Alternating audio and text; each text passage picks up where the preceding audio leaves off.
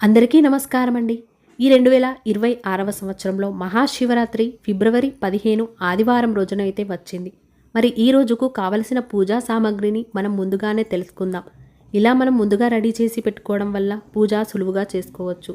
శివుడి పూజ కోసం మనకు శివుడు ఫ్యామిలీతో ఉన్న ఫోటో కానీ, శివుడు సింగిల్గా ఉన్న ఫోటో అయినా కూడా పెట్టుకోవచ్చు. అలాగే స్వామివారికి చాలా ఇష్టమైన రుద్రాక్ష మాలను కూడా ఏర్పాటు చేసుకోవాలి.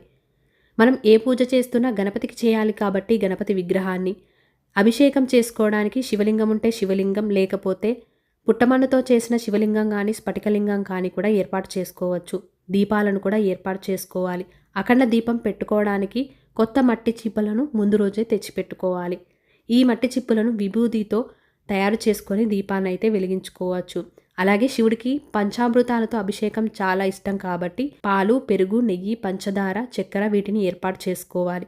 ఆచమనీయం చేసుకోవడానికి ఆచమనీయ పాత్ర, కలశ కోసం చెంబును ఏర్పాటు చేసుకోవాలి. అలాగే స్వామివారికి సమర్పించడానికి పూలమాలను, తమలపాకులు, పువ్వులు, బిల్వపత్రాలు స్వామివారికి ఇష్టం కాబట్టి బిల్వపత్రాలను కూడా ఏర్పాటు చేసుకోవాలి.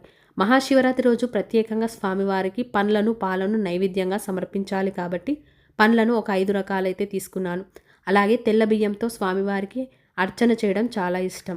అలాగే అఖండ దీపం పెట్టుకోవడానికి వత్తులు, హారతి కర్పూర బిళ్ళలు, అగరబత్తులు ఇలా అన్నిటినీ కూడా మనం ముందుగానే ఏర్పాటు చేసుకోవాలి. ఈరోజు మహాశివరాత్రి రోజున అఖండ దీపం కింద నవధాన్యాలతో దీపాన్ని వెలిగించినట్లయితే మన జాతకంలో ఉన్న గ్రహ బాధలన్నీ కూడా తొలగిపోతాయి.